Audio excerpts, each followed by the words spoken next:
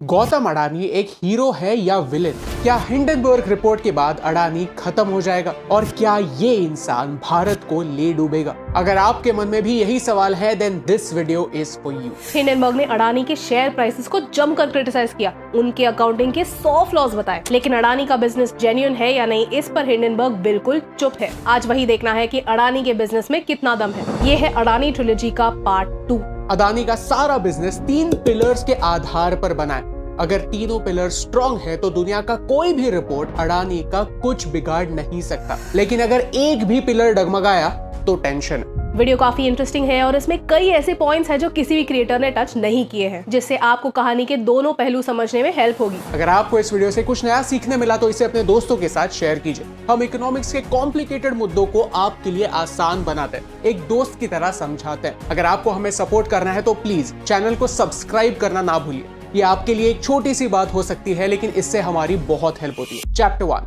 How big is Adani? Adani की net worth जब एक ग्राफ पर डाले तो साफ दिखता है कि ये कोई हंसी मजाक नहीं, इसके पीछे कुछ डार्क सीक्रेट्स जरूर हैं। पिछले साल गौतम अडानी भारत के ही नहीं एशिया के रिचेस्ट इंसान बन गए थे, लेकिन कैसे? अडानी बड़ा है, सबको पता है, लेकिन एग्जैक्टली कितना बड़ा? अडानी के 7 लिस्टेड कंपनीज हैं। अडानी का फंडा सिंपल है कि एक डेवलपिंग देश के डेवलपमेंट में इंपॉर्टेंट ऐसे सारे फील्ड्स में इन्वेस्ट करो, अपना डोमिनेंस बढ़ाओ। ये है अडानी का पहला पिलर, इंडिया के फ्यूचर में इन्वेस्टमेंट। 2025 तक भारत दुनिया का 3rd लार्जेस्ट एयर ट्रैफिक वाला देश होगा, ये अडानी को पता है। आज अडानी भारत का सबसे बड़ा एयरपोर्ट ऑपरेटर है। 7 बड़े एयरपोर्ट्स का ऑपरेशन, मैनेजमेंट और डेवलपमेंट अडानी देखता है। मस्त बात ये है कि अडानी एयरपोर्ट्स के बिजनेस में सिर्फ 3 साल पहले उतरा था और आज 1/3 एयर ट्रैफिक किसी न किसी अडानी एयरपोर्ट को छूकर गुजरता है। पूरे देश में आने वाला 1/4 यानी 25% कार्गो किसी अडानी पोर्ट के थ्रू जाता है। अडानी भारत का सबसे बड़ा कोल ट्रेडर है और सबसे बड़ा एडिबल ऑयल इंपोर्टर भी। डू यू नो कि इसका मतलब क्या है?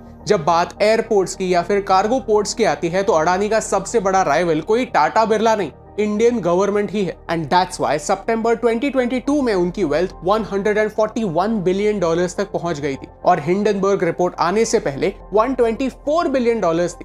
हिंडनबर्ग के बाद ये 50 बिलियन तक नीचे आ गई है। चलिए उनकी जर्नी की टाइमलाइन देखते हैं और उस पॉइंट तक आते हैं जिसके बाद उनके वेल्थ को एक नाइट्रो बूस्ट मिला। 1978 में गौतम अडानी ने अपने टीनेज में ही काम करना स्टार्ट कर दिया था। उन्होंने अपना कॉलेज एजुकेशन बीच में ही छोड़ दिया और मुंबई चले आए। यहाँ वो डायमंड सॉर्टिंग का काम करते थे। 1981 में वो अहमदाबाद वापस आ गए। उनके भाई ने एक प्लास्टिक की फैक्ट्री खरीदी थी और गौतम अडानी उन्हें हेल्प करने लग गए, लेकिन उन्हें ऐसे पीवीसी की जरूरत पड़ती थी जो आईपीसीएल टाइम पर डिलीवर नहीं कर पाता था। तो गौतम अडानी ने खुद ही 1988 में ऐसे प्लास्टिक ग्रैन्यूल्स इंपोर्ट करना स्टार्ट किया और सिर्फ खुद के बिजनेस के लिए नहीं, दूसरों को भी सप्लाई करना स्टार्ट किया। सिर्फ 5 लाख की कैपिटल के साथ ये बिजनेस शुरू हुआ था और अगले 4 सालों में अडानी के इंपोर्ट्स 400 गुना बढ़े। 1994 में अडानी एक्सपोर्ट्स स्टॉक मार्केट में लिस्ट हुई। बिजनेस मस्त चल रहा था, लेकिन लॉसेस भी बढ़ रहे थे क्योंकि सारा इंपोर्ट कांडला या मुंबई पोर्ट के थ्रू हो रहा था। नेक्स्ट स्टेप था अपना खुद का पोर्ट,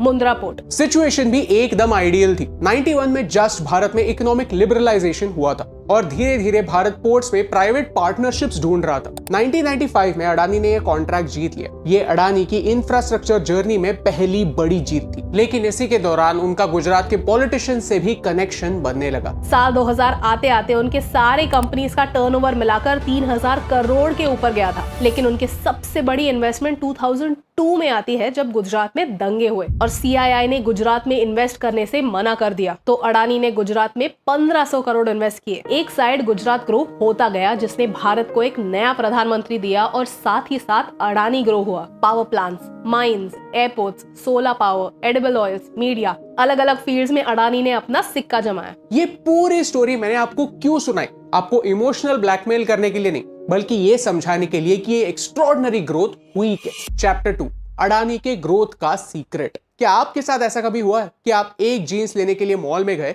और 4 घंटे बाद 5 शॉपिंग बैग्स लेकर घर आ गए? अगर हाँ, तो आपको शॉपिंग का चस्का है। वैसे ही अडानी को भी एक चस्का है, कंपनी खरीदने का चस्का। पिछले 10 सालों में अडानी ने इतनी सारी कंपनियां खरीद ली हैं। क्यों? क्योंकि अगर किसी नए बिजनेस में उतरना है तो उस बिजनेस में एक्सपर्ट बनने में टाइम लगता है, ग्रोथ स्लो होती है और धीरे धीरे हम उस बिजनेस में एक कॉम्पिटिटिव प्लेयर बन जाते हैं। इसे ऑर्गेनिक मेथड ऑफ ग्रोथ कहते हैं। उससे अच्छा है कि अगर कोई बिजनेस अच्छा कर रहा है तो उसे खरीद लो। उनके एसेट्स भी आपके, उनका मार्केट शेयर भी आपका और उनका एक्सपर्टीज भी आपका। इसे इनऑर्गेनिक मेथड ऑफ ग्रोथ कहते हैं। ये ग्रो होने का फास्ट तरीका है जो अडानी का फेवरेट है। लेकिन इस तरीके में एक छोटा सा प्रॉब्लम है कि इसके लिए लगता है पैसा, बहुत सारा पैसा। और ये पैसा आएगा कहां से? डेट से। डेट है अडानी का दूसरा पिलर। प्लस अगर आप अडानी के सारे प्रोजेक्ट्स देखेंगे, ports, solar power plants, mines, तो ये सारे प्रोजेक्ट्स कैपिटल इंटेंसिव हैं। यानी पहले बहुत सारा खर्चा करना पड़ता है, इंफ्रास्ट्रक्चर खड़ा करना पड़ता है और बहुत सारा टाइम बीतने के बाद पैसा आना स्टार्ट होता है। तो ये कैपिटल आएगा कहां से? डेट से। कंपनियां खरीदने के लिए लोन लेना वैसे कोई अनकॉमन बात नहीं है।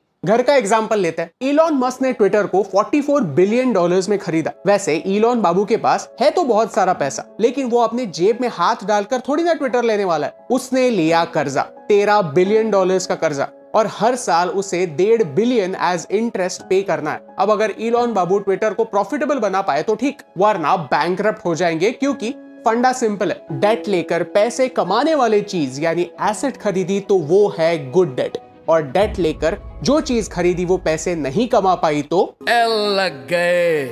लास्ट ईयर क्रेडिट साइट्स नाम की एक कंपनी ने अडानी ग्रुप के हाई डेट को फ्लैग ऑफ किया था। मार्केट के पार्टिसिपेंट्स इस बात को जानते थे कि अडानी ग्रुप ने बहुत कर्जा लिया है, क्योंकि बिना कर्जा लिए इतना फास्ट ग्रो होना पॉसिबल नहीं है। अडानी ग्रुप का टोटल डेट 2.2 लाख करोड़ है। ये नंबर सुनने में तो बहुत हाई लगता है। इनफैक्ट एक रिपोर्ट ने अडानी ग्रुप के डेट को 1% ऑफ इंडियाज इकोनॉमी भी कहा है। अब उनके फाइनेंशियल्स में जाते हैं और देखते हैं कि किस कंपनी ने कितना कर्जा लिया हुआ है। इस चार्ट को देखते हैं। सबसे ज्यादा डेट अडानी ग्रीन ने लिया हुआ है, that is 52,000 crores. नंबर 2 पे है Adani power at 48,000 crores and number 3 पे है अडानी पोर्ट्स at 45,000 crores. इस टेबल को देखने पर पता चलता है कि 51,000 crores का डेट अडानी ग्रुप इस साल यानी 2022-2023 में ही चुकाने वाला है और बाकी का debt over the long term. अगर आप न्यूज रिपोर्ट्स पढ़ेंगे तो अडानी ग्रुप ने इंडियन बैंक से अराउंड 80,000 crores बोरो किए हैं। हम देख सकते हैं कि 51,000 crores बॉन्ड्स और डिबेंचर्स के थ्रू आए हैं। Majority of Adani debt is secured debt, मतलब इस लोन के अगेंस्ट उन्होंने अपने एसेट्स या फिर शेयर्स गिरवी रखे हैं। अगर लोन टाइम पर पे नहीं होता तो बैंक्स इन एसेट्स को बेचकर अपने पैसे रिकवर कर सकते हैं। तो जब हिंडनबर्ग कहता है कि Adani is pulling the biggest con in corporate history, तो देखा जाए तो अडानी बैंक्स को तो स्कैम नहीं कर रहा है। जो लोन्स और बॉन्ड्स अनसिक्योर्ड हैं, हाँ उनके फंड्स एट रिस्क हैं। लेकिन ये बात सिर्फ अडानी ग्रुप तक ही सीमित नहीं है। 2020 में फ्रैंकलिन टेम्पल्टन नाम की एक म्यूचुअल फंड ने 6 स्कीम्स बंद कर दिए क्योंकि उन्होंने काफी रिस्की बॉन्ड्स में इन्वेस्ट किए थे। अनसिक्योर्ड इन्वेस्टमेंट्स होते ही रिस्की हैं, चाहे वो कोई भी कंपनी हो। अब ये पूरा रामायण समझने के बाद हम आते हैं हिंडनबर्ग पर। सब लोग शोर शराबा हिंडनबर्ग के नाम कर रहे हैं, लेकिन असली प्रॉब्लम ये है कि हिंडनबर्ग के एलिगेशंस को अडानी अच्छे से टैकल नहीं कर पाया है। हिंडनबर्ग का रिपोर्ट तो अभी आया, लेकिन जो लोग फाइनेंस में काम करते हैं, जो अडानी जैसी कंपनी स्टडी करने की ही सैलरी लेते हैं, उनको हिंडनबर्ग रिपोर्ट से घंटा फर्क नहीं पड़ता। उनको आधी बातें ऑलरेडी पता थी। कैसे? अडानी ने खुद बताई थी अपने फाइनेंशियल स्टेटमेंट्स में। अडानी में रिस्क है ये पता होने के बावजूद बैंकों ने उन्हें पैसा दिया। क्यों? The answer is connection. Chapter 3, Adani और सरकार की लव स्टोरी। अडानी का सबसे बड़ा क्लाइंट गवर्नमेंट है, क्योंकि वो सरकार के लिए बहुत प्रोजेक्ट्स बना रहा है। और यूजुअल अंडरस्टैंडिंग यही है कि सरकार से आने वाला पैसा लेट हो सकता है लेकिन डिफॉल्ट नहीं हो सकता। ये बैंक्स को एक अश्योरेंस देता है। हमारे फेवरेट राहुल गांधी ने पार्लियामेंट में ये तस्वीरें दिखाई जहां नरेंद्र मोदी जी अडानी के साथ पाए गए। इसके ऊपर मस्त ड्रामा हुआ और इंपॉर्टेंट चीजों पर डिस्कशन करने का टाइम खत्म हो गया। लेकिन कुछ और इमेजेस है जो आपको देखना जरूरी है, जैसे कि ये इमेजेस जहां अडानी राहुल गांधी के ब्रदर इन लॉ के साथ है, या ये इमेजेस जो वेस्ट बंगाल की सीएम के साथ। थोड़ा सर्च किया जाए तो हर पॉलिटिकल लीडर के साथ, हर बड़े बिजनेसमैन की कोई ना कोई इमेज मिली जाएगी। एक फोटो कुछ प्रूव नहीं करता, लेकिन हाँ, भारत के पॉलिटिक्स में जो हो रहा है वो समझने के लिए आपको कोई फोटो देखने की जरूरत भी नहीं। सोचिए, अगर एक पूरी की पूरी इंडस्ट्री अपने फायदे के लिए सरकार को पैसे देती है, उनकी पॉलिसी में चेंजेस एक्सपेक्ट करती है, उन्हें फेवर्स देती है एंड मोस्ट इंपॉर्टेंटली उनसे फेवर्स एक्सपेक्ट करती है,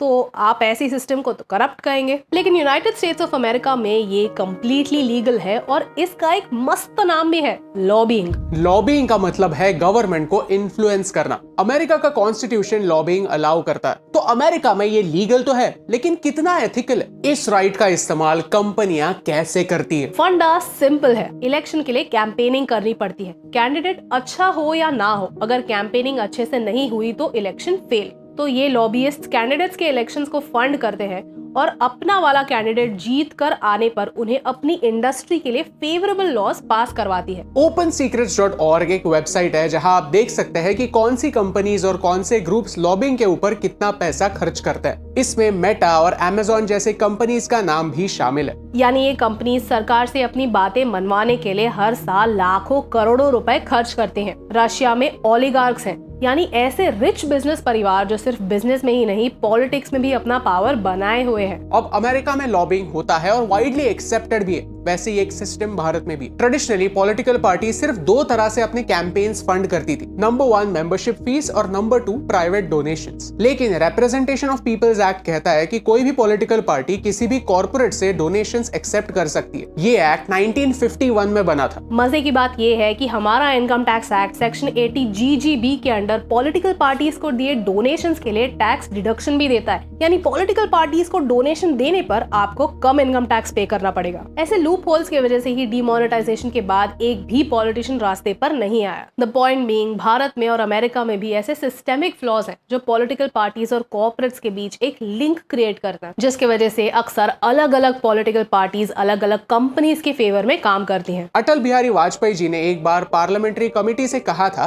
कि हर लेजिस्लेटर अपने करियर की शुरुआत एक झूठ से करता है कि उसने अपने इलेक्शन पर कितना खर्च किया है। ये एक सिस्टेमिक प्रॉब्लम है और इस मामले में किसी के भी हाथ दूध से धुले नहीं। पिछले 15 सालों में अलग अलग पॉलिटिकल पार्टीज ने 14,651 करोड़ रुपए अनोनिमस डोनेशंस के तौर पर उठाए। अडानी पर वापस आते हैं। कहते हैं ना, the government has no business in doing business, लेकिन कई बार सरकार को पब्लिक गुड के लिए बिजनेस करना पड़ता है। यहाँ सारा जिम्मा खुद पर लेने के बजाय सरकार प्राइवेट प्लेयर्स के साथ पार्टनरशिप करते हैं ताकि रिस्क डिस्ट्रीब्यूट हो जाए। इसे PPP यानी पब्लिक प्राइवेट पार्टनरशिप कहते हैं। सरकार ने 2019 में कुछ एयरपोर्ट्स PPP के थ्रू प्राइवेट प्लेयर्स को ऑपरेट करने देने का टेंडर निकाला। एयरपोर्ट ऑपरेटर्स ने बिड सबमिट किए और 6 एयरपोर्ट्स के कॉन्ट्रैक्ट्स अडानी को मिले। समझने जैसी बात यह है कि इस समय उन्होंने एयरपोर्ट ऑपरेशंस में और बहुत ज्यादा एक्सपीरियंस होने वाले GMR ग्रुप को भी पीछे छोड़कर ये बिड्स जीते। डिपार्टमेंट ऑफ इकोनॉमिक अफेयर्स ने इस समय सरकार को एक सलाह दी थी कि एयरपोर्ट ऑपरेट और डेवलप करना एक कैपिटल इंटेंसिव काम है। बेसिकली पैसा लगता है बॉस, तो एक प्लेयर को 2 से ज्यादा कॉन्ट्रैक्ट्स मत दीजिए। नीति आयोग ने भी इसे सपोर्ट किया था। लेकिन अडानी के बिड्स थे ही इतने अग्रेसिव कि सरकार ने उन्हें कॉन्ट्रैक्ट्स अवार्ड किए और अगले 50 सालों के लिए ये एयरपोर्ट्स ऑपरेट करने दे दिया। इम्पोर्टेंट क्वेश्चन ये है कि क्यों? जवाब उनके बिड्स में साफ दिखता है। होता ये है कि जिस भी बिडर को ये कॉन्ट्रैक्ट फाइनली मिलेगा उसे एक पर passenger fee AAI airports authority of India को देनी होगी। यानी अगर एक पैसेंजर आपके एयरपोर्ट से पास हुआ तो X रुपए AAI को देने। अब ये चार्ट देखिए, अडानी के बिड्स में और बाकी के बिड्स में जमीन आसमान का डिफरेंस है। अडानी इतनी अच्छी बिड्स कैसे दे सकता है? पिलर नंबर 2 यानी डेट की वजह से। कनेक्शंस है अडानी का तीसरा पिलर। Chapter 4 conclusion. अक्सर जब कोई भी अडानी के बारे में ओपिनियन बनाता है तो वो अपनी अपनी आइडियोलॉजी के हिसाब से अडानी की कहानी को समझने की कोशिश करता है। कुछ लोग हैं जो सिर्फ पहला पिलर यानी अडानी और भारत की ग्रोथ का कनेक्शन देखता है और मन ही मन चाहते हैं कि अडानी सक्सेसफुल हो क्योंकि वो भारत को उभरता हुआ देखना चाहते हैं। कुछ लोग हैं जो राइजिंग डेट को देखते हैं और सोचते हैं कि जैसे इस देश में अब तक स्कैम्स होते आए हैं वैसे ही आगे भी होंगे। लेकिन ये तीनों पिलर्स मजबूत होना जरूरी है। एक भी पिलर खोखला है तो अडानी की इमारत गिरेगी। सी इट डजंट मैटर कि आपका पॉलिटिकल अफिलिएशन क्या है। अगर अडानी या फिर कोई बड़ी कंपनी फेल होती है तो इसका इम्पैक्ट पूरे भारत पर होता है। तब आपको कोई ये नहीं पूछेगा कि आप लेफ्ट विंग को सपोर्ट करते हो या राइट विंग को। We can not hope for a scam, at the same time we can not ignore the science of a scam. तो हम क्या करें? आंखें बंद करके अडानी को सपोर्ट करें? Absolutely not. इस वीडियो के थ्रू हम आपको एनकरेज कर रहे हैं कि आप सही सवाल पूछें, आपकी आंखें खुली रखें और देखिए कि आपके आसपास अडानी के कौन से प्रोजेक्ट शुरू हैं। क्या वो प्रोजेक्ट्स टाइम पर खत्म हो रहे हैं?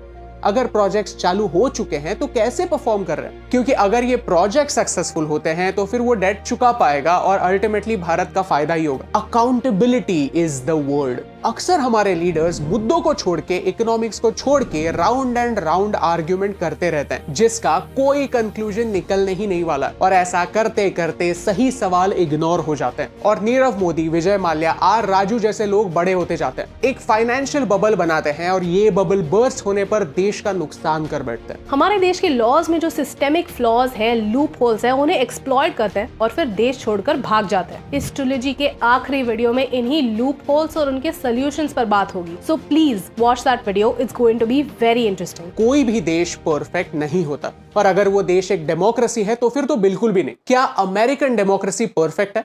घंटा। लेकिन अमेरिका को इंडिपेंडेंस मिले 245 साल हो चुके हैं। दैट मीन्स वहां की डेमोक्रेसी को मैच्योर होने के लिए हमसे 3 गुना ज्यादा समय मिला है। अगर वहां लॉबिस्ट हैं तो उन्हें काउंटर करने वाले एक्टिविस्ट भी हैं जो ट्रांसपेरेंसी बढ़ाने पर काम करते हैं। ऐसे सिस्टम्स भारत में भी होने चाहिए ताकि हमें पता चले कि कौन सी बिजनेस कौन सी पार्टी को फंड कर रही है। हमें भी मैच्योर होना पड़ेगा और इसके लिए हमारे पास 200 साल नहीं है, सिर्फ 5-6 साल है। अगर आपको इस वीडियो का पॉइंट समझा तो प्लीज इसे शेयर कीजिए, कंस्ट्रक्टिव क्रिटिसिज्म को सपोर्ट कीजिए। एक बात तो तय है, जब गौतम अडानी की कहानी लिखी जाएगी तब उसके 2 ही टाइटल्स हो सकते हैं। ऑप्शन 1 कॉमन मैन से दुनिया का रिचेस्ट मैन, या ऑप्शन 2 भारत का सबसे बड़ा scam. There is no middle ground. और यही इंपॉर्टेंट बात, आप तक पहुंचाने से मुझे फर्क पड़ता है।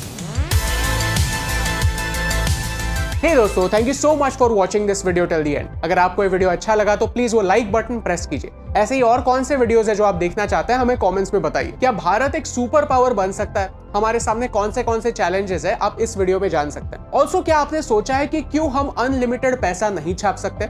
इस वीडियो में जानिए। Thank you so much for watching, क्योंकि आपके सपोर्ट से हमें फर्क पड़ता है।